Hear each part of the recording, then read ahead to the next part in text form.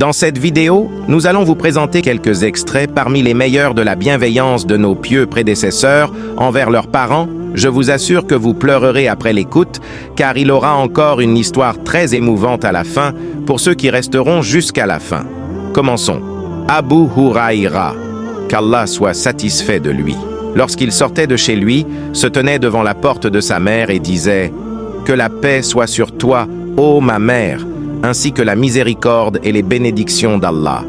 Sa mère lui répondait « Et que la paix soit aussi sur toi, ô mon fils, ainsi que la miséricorde et les bénédictions d'Allah. » Il lui disait ensuite « Qu'Allah te fasse miséricorde comme tu m'as élevé tout petit. » Elle répondait « Qu'Allah te fasse aussi miséricorde comme tu m'as bien traité tout grand. » Abdullah ibn Mas'ud, qu'Allah soit satisfait de lui.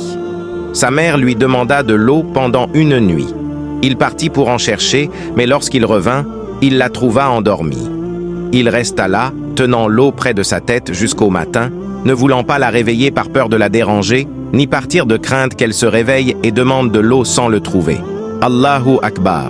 Sufyan ibn Uyayna dit, un homme revenant d'un voyage retrouva sa mère en train de prier. Il détesta alors de s'asseoir, car elle était debout dans la prière. Elle comprit alors son intention et prolongea sa prière pour qu'il soit encore plus récompensé. Hajar ibn al-Adbar touchait le lit de sa mère de sa main et s'y allongeait pour bien se rassurer de sa douceur et de son confort avant d'allonger sa mère. Ya Allah, Moussa ibn Uqba a dit, j'ai entendu Al-Zuhri dire, Ali ibn al-Hussein Zayn al-Abidin, qu'Allah soit satisfait d'eux, était l'un des grands érudits parmi les pieux successeurs. Il était très bienveillant envers sa mère au point qu'on lui a dit « Tu es l'un des plus pieux envers ta mère. Mais pourquoi on ne te voit jamais manger avec elle sur le même plat ?» Il leur répondit alors « Je crains que ma main ne devance ce que son œil a désiré, alors je pourrais l'avoir contrarié. Oh Allah !»